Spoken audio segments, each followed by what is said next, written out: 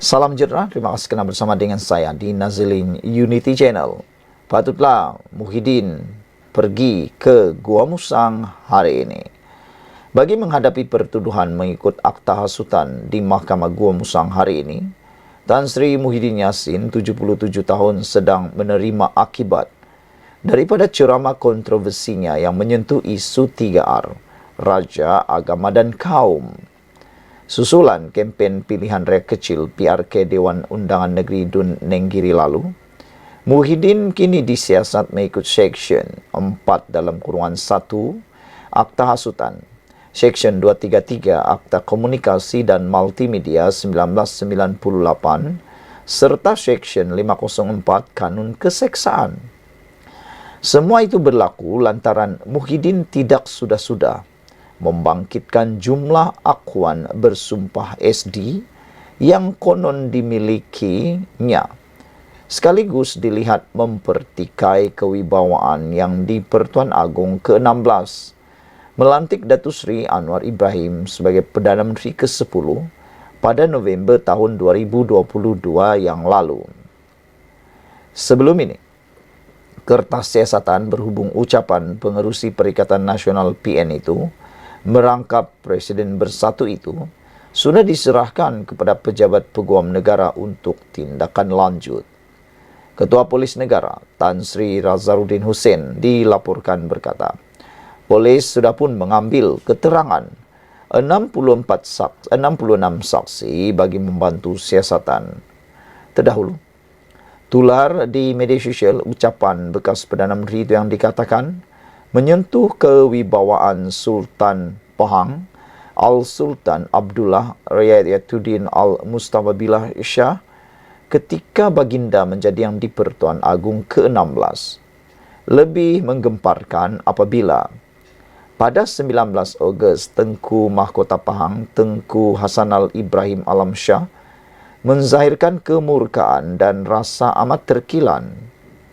Perasaan putra Sultan Pahang itu dizahirkan atas tindakan Muhyiddin yang secara sengaja dan sinis memperlekeh dan mempertikaikan tugas serta peranan Sultan Pahang ketika baginda menjadi yang di Pertuan Agong ke-16.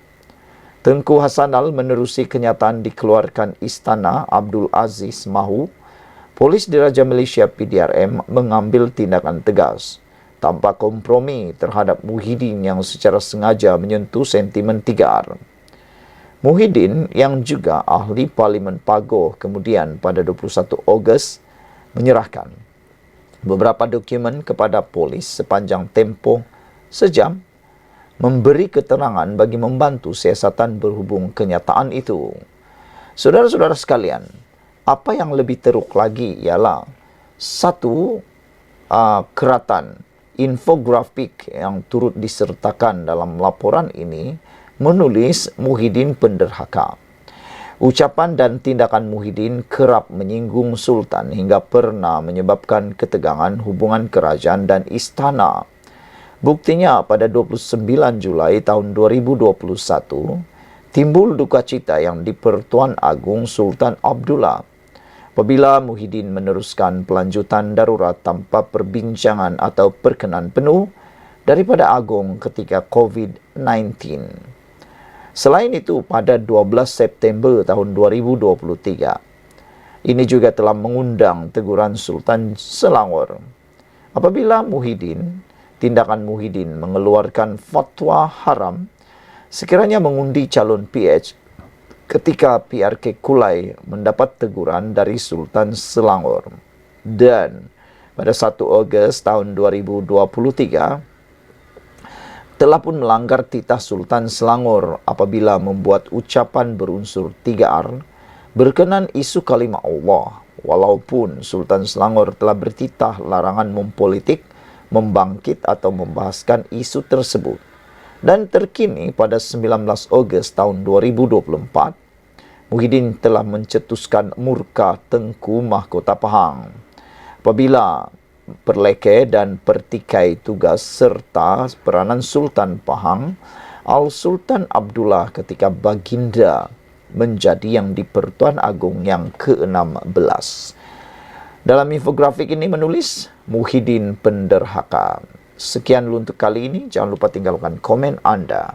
Salam sejahtera, terima kasih karena bersama dengan saya di Nazilin Unity Channel. Ini kejutan paling besar yang berlaku dalam kes pendakwaan terhadap Muhyiddin Yassin hari ini di mahkamah. Apa yang berlaku mengejutkan semua. Ada yang mula mengatakan, adakah Muhyiddin sekarang sudah terbiar terkapai berseorangan tanpa sokongan daripada parti yang lain? Ini apabila satu laporan ditulis, tiada kelibat pemimpin PAS di Mahkamah Gua Musang. Apakah ini menunjukkan pendirian sebenarnya PAS terhadap Parti Bersatu? Yang mana mereka mungkin sudah mula menghidu bahwa Parti Bersatu dengan kes terbaru Muhyiddin ini tidak membawa apa-apa keuntungan kepada PAS, bahkan ia akan menjadi lebih banyak liability, beban kepada PAS. Dalam pilihan raya akan datang pastinya isu ini menjadi beban besar kepada PAS dan juga kepada Perikatan Nasional sendiri. Sejauh mana layaknya lagi Muhyiddin menjadi pengerusi Perikatan Nasional dengan adanya kes terbaru beliau ini, yaitu kes dakwaan menghasut. Hari ini mengejutkan Malaysia, tiada kelibat pemimpin PAS di Mahkamah Gua Musang. Kemana mereka? Namun demikian, PAS sudah pun membuat satu kenyataan bahawa mereka menyokong Muhyiddin Yassin. PAS seolah-olah menjauhkan diri dari Tan Sri Muhyiddin Yassin yang dihadapkan ke Mahkamah Session Gua Musang hari ini atas isu mempertikaikan kewibawaan yang di Pertuan Agong ke-16. Ia selepas tiada seorang pun pemimpin dari parti itu hadir menyatakan sokongan kepada Muhyiddin. Hanya pemimpin tertinggi Bersatu yang dilihat hadir antaranya Setiausaha Agung Bersatu Datuk Seri Hamzah Zainuddin dan Ketua Penerangan Datuk Seri Muhammad Azmin Ali dan Naib Presidennya Datuk Dr. Razi Jidin. Turut dilihat Ketua Pemuda Bersatu Wan Faisal Wan Ahmad Kamal. Muhyiddin menghadapi pertuduhan mengikut Seksyen 4 dalam kurungan 1 Akta Hasutan 1948 susulan ceramahnya yang didakwa menyentuh isu raja, agama dan kaum 3R pada kempen pilihan raya kecil PRK Dewan Undangan Negeri Dun Nenggiri awal bulan ini.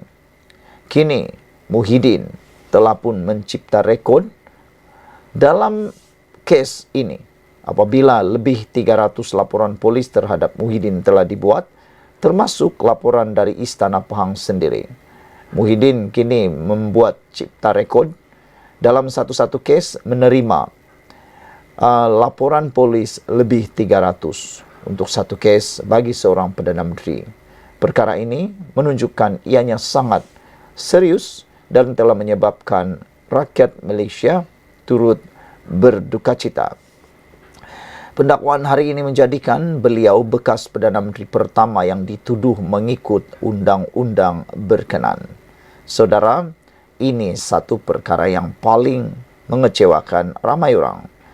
Sebelum ini, Tengku Hasanal dilaporkan murka dan amat terkilan terhadap tindakan Muhyiddin yang secara sengaja dan sinis memperlekeh dan mempertikaikan tugas serta peranan Sultan Pahang, Al-Sultan Abdullah Riyatuddin Al-Mustabilah Shah ketika baginda menjadi yang di Pertuan Agong ke-16. Menerusi kenyataan yang dikeluarkan Istana Abdul Aziz, Tengku Hasanal mahu PDRM mengambil tindakan tegas tanpa kompromi terhadap Muhyiddin yang secara sengaja menyentuh sentimen 3R. Dilaporkan 7 orang peguam akan disediakan mewakili Presiden Bersatu itu. Sekian dulu untuk kali ini. Jangan lupa tinggalkan komen Anda, tekan butang subscribe. Salam sejahtera, terima kasih kerana bersama dengan saya di Nazilin Unity Channel. Hari ini kita digemparkan dengan keputusan daripada mahkamah. Akhirnya mahkamah menolak permohonan Daim Zainuddin untuk kes didengar hakim lain. Ada netizen mengatakan bahawa mengapa perlu tukar-tukar hakim? Apa keperluannya? Adakah kalau hakim lain yang dengar akan ada peluang untuk menang? Atau ada peluang lebih untuk kalah? Mana satu yang benar? Anda tulis dalam ruangan komen. Mengapa harus bertukar-tukar hakim? Bukankah hakim itu sama saja memegang keadilan? Hakim Mahkamah Session Azura Alwi membuat keputusan selepas mendapati pemohon gagal membuktikan kemungkinan berlaku berat sebelah. Mahkamah Session Kuala Lumpur hari ini menolak permohonan bekas Menteri Kewangan Daim Zainuddin supaya kes gagal mematuhi notis dengan tidak mengisytiharkan harta termasuk beberapa kenderaan mewah, syarikat dan hartanah didengar Hakim Mahkamah Session lain. Hakim Azura Alwi membuat keputusan itu selepas mendapati pemohon gagal membuktikan kemungkinan berlaku berat sebelah dalam perbicaraan itu. Peguam Nizamuddin Hamid yang mewakili Daim dan istrinya, Naimah Abdul Khalid, tidak membantah keputusan itu. Dalam prosiding hari ini, Nizamuddin turut memohon pengecualian kehadiran Daim dalam prosiding permohonan atas alasan kesihatan. Timbalan pendakwa raya Wan Syaharuddin Wan Ladin kemudiannya memohon Mahkamah memerintahkan tertuduh dihantar untuk pemeriksaan mental di hospital kerajaan yang digazetkan. Menurutnya, berdasarkan laporan perubatan pihak pembelaan, tertuduh disahkan mengalami beberapa serangan stroke dan keadaan itu menyebabkannya jatuh hingga retak tulang. Jika dilihat keadaan tertuduh, perbicaraan nanti kemungkinan tertuduh tidak dapat hadir. Yang utama ialah kesihatan mental tertuduh, katanya menurut Berita Harian. Wan Syahrudin menjelaskan Seksyen 342 Kanun Tata Cara Jenayah boleh digunakan untuk menilai sama ada Daim layak dibicarakan. Azura menetapkan 17 Oktober depan keputusan permohonan itu.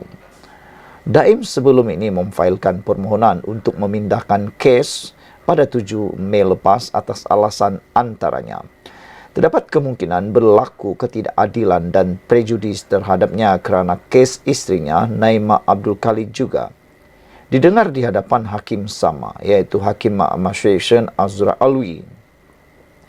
Pada 29 Januari lepas, Daim atau nama sebenarnya Cik Abdul Daim Zainuddin, 86 tahun, mengaku tidak bersalah atas pertuduhan gagal mematuhi notis dengan tidak mengisytiharkan harta termasuk beberapa kenderaan mewah, syarikat dan hartanah di sekitar Kuala Lumpur, Selangor, Pahang, Negeri Sembilan, Perak dan Kedah.